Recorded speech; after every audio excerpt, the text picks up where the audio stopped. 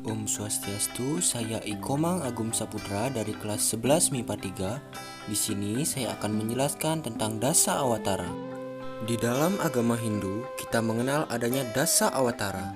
Dasa Awatara adalah 10 jelmaan Tuhan yang turun ke dunia untuk menyelamatkan Buana Agung dan Buana Alit dari ketidakstabilan yang sangat besar.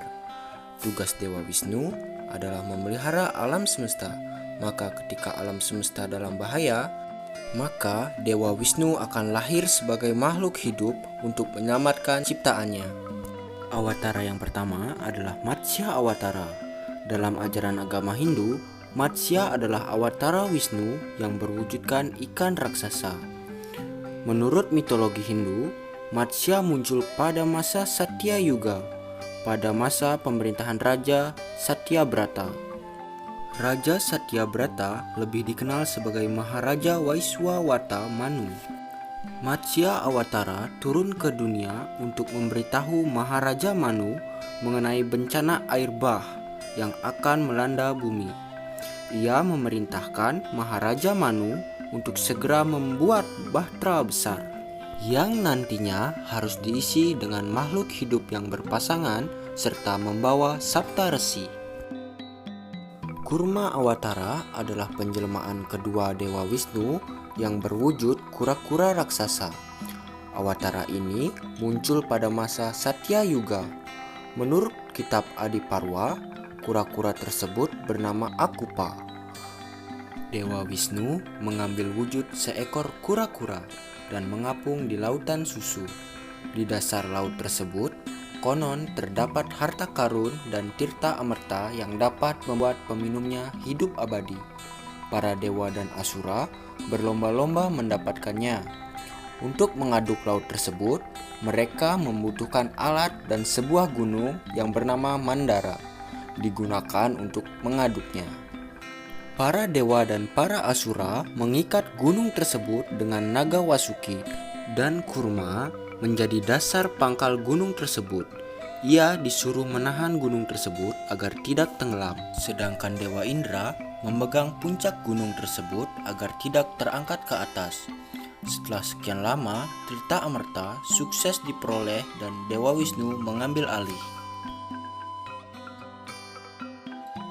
Waraha adalah awatara ketiga dari Dewa Wisnu yang berwujud babi hutan. Awatara ini muncul pada masa Satya Yuga. Menurut mitologi Hindu, pada zaman Satya Yuga ada seorang raksasa bernama Hiranyaksa, adik dari Hiranyakasipu. Keduanya merupakan kaum Detya atau raksasa. Hiranyaksa hendak menenggelamkan Pertiwi atau bumi ke dalam lautan kosmik, suatu tempat antah berantah di ruang angkasa.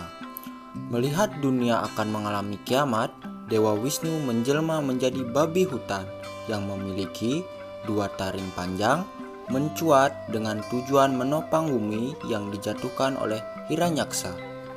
Usaha penyelamatan yang dilakukan Waraha tidak berlangsung lancar karena dihadang oleh Hiranyaksa.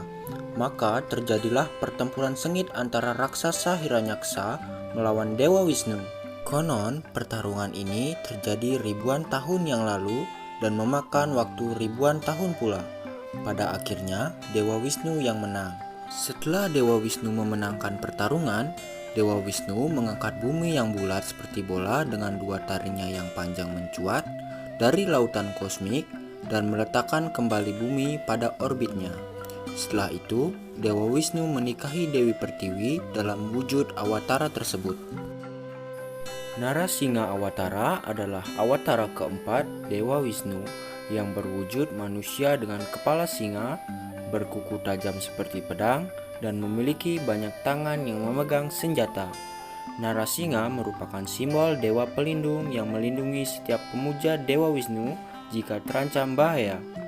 Menurut kitab Purana, pada menjelang akhir zaman Satya Yuga, seorang raja Asura, Hiranyakasipu, membenci segala sesuatu yang berhubungan dengan Dewa Wisnu, dan dia tidak senang apabila di kerajaannya ada orang yang memuja Dewa Wisnu, sebab bertahun-tahun yang lalu adiknya yang bernama Hiranyaksa dibunuh oleh Waraha, awatara Dewa Wisnu. Karena ingin membalaskan dendam terhadap adiknya, Hiranyakasipu meminta anugerah dari Dewa Brahma, yaitu ia tidak akan bisa dibunuh oleh manusia, hewan, ataupun dewa. Tidak bisa dibunuh pada saat pagi, siang, ataupun malam. Tidak bisa dibunuh di darat, di air, api, ataupun udara. Tidak bisa dibunuh di dalam ataupun di luar rumah, dan tidak bisa dibunuh oleh segala macam senjata. Dewa Wisnu pun muncul sebagai awatara Narasinga yang bertujuan untuk membunuh Hiranyakasipu. Wamana Awatara adalah awatara kelima yang turun ke bumi. Wamana Awatara adalah seorang Brahmana mungil, putra Aditi dan Kasyapa.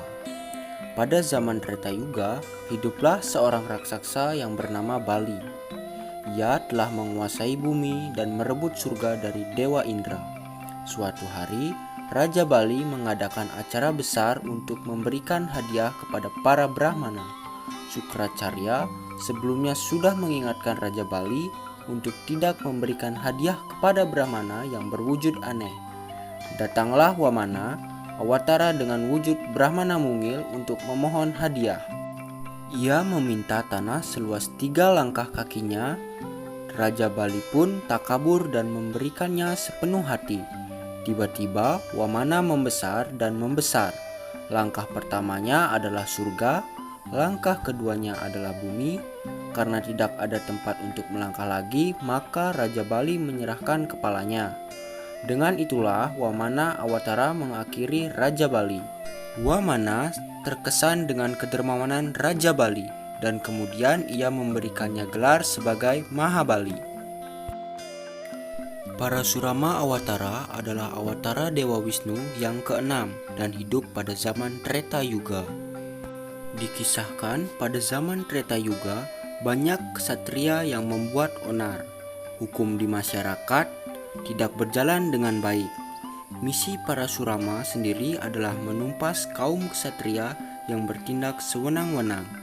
Ia bahkan pernah mengelilingi dunia sebanyak 3 kali untuk melakukan itu. Setelah misinya selesai, Parasurama tetap hidup karena dia adalah seorang Ciranjiwin atau abadi. Ia bahkan pernah bertemu Rama dan Krishna awatara selanjutnya. Itulah keunikan dari Parasurama. Rama Awatara adalah awatara Dewa Wisnu yang ketujuh yang turun ke bumi pada zaman Treta Yuga. Dewa Wisnu turun ke bumi dalam wujud Rama Awatara adalah untuk membunuh Rawana yang telah meneror Triloka sehingga membuat para dewa merasa cemas. Dalam penjelmaannya ke dunia, Dewa Wisnu ditemani oleh Naga Sesa yang akan mengambil peran sebagai Laksmana, serta Laksmi yang akan mengambil peran sebagai Sita. Krishna Awatara adalah jelmaan Dewa Wisnu yang ke-8 pada zaman Dwapara Yuga. Krishna berwujud pria berkulit gelap atau biru tua, memakai dhoti kuning dan mahkota yang dihiasi bulu merak. Tujuan Dewa Wisnu datang ke bumi dalam wujud Krishna adalah untuk menumpas kejahatan. Contohnya adalah Kurawa dalam Perang Bratayuda. Buddha Awatara adalah awatara Dewa Wisnu yang ke-9 yang datang pada zaman Kali Yuga. Pada zaman Kali Yuga, masyarakat menjadi bodoh akan nilai-nilai rohani dalam kehidupan. Ada suatu kepercayaan bahwa pada kedatangan Sang Buddha, banyak Brahmana di India yang menyalahgunakan upacara Weda demi kepuasan nafsunya sendiri dan melakukan pengorbanan binatang yang sia-sia dan tiada berguna. Maka dari itu, Buddha muncul sebagai seorang awatara untuk memulihkan keseimbangan. Kalki Awatara adalah awatara yang belum lahir dan akan lahir ketika dunia sudah mencapai puncak usia yang dikenal dengan istilah akhir zaman atau zaman Kali Yuga. Kalki Awatara dengan menunggang kuda putih, bersenjatakan pedang dan pecut sakti, berkeliling dunia menegakkan kebenaran sehingga dunia terhindar dari kehancuran. Kalki Awatara diyakini dapat mengembalikan keadaan zaman dari kacau balau menjadi zaman keemasan yang masyarakatnya hidup makmur, adil, dan sejahtera. Sekian penjelasan dari saya akhiri dengan Pramu Santi. Om Santi Santi Santi Om.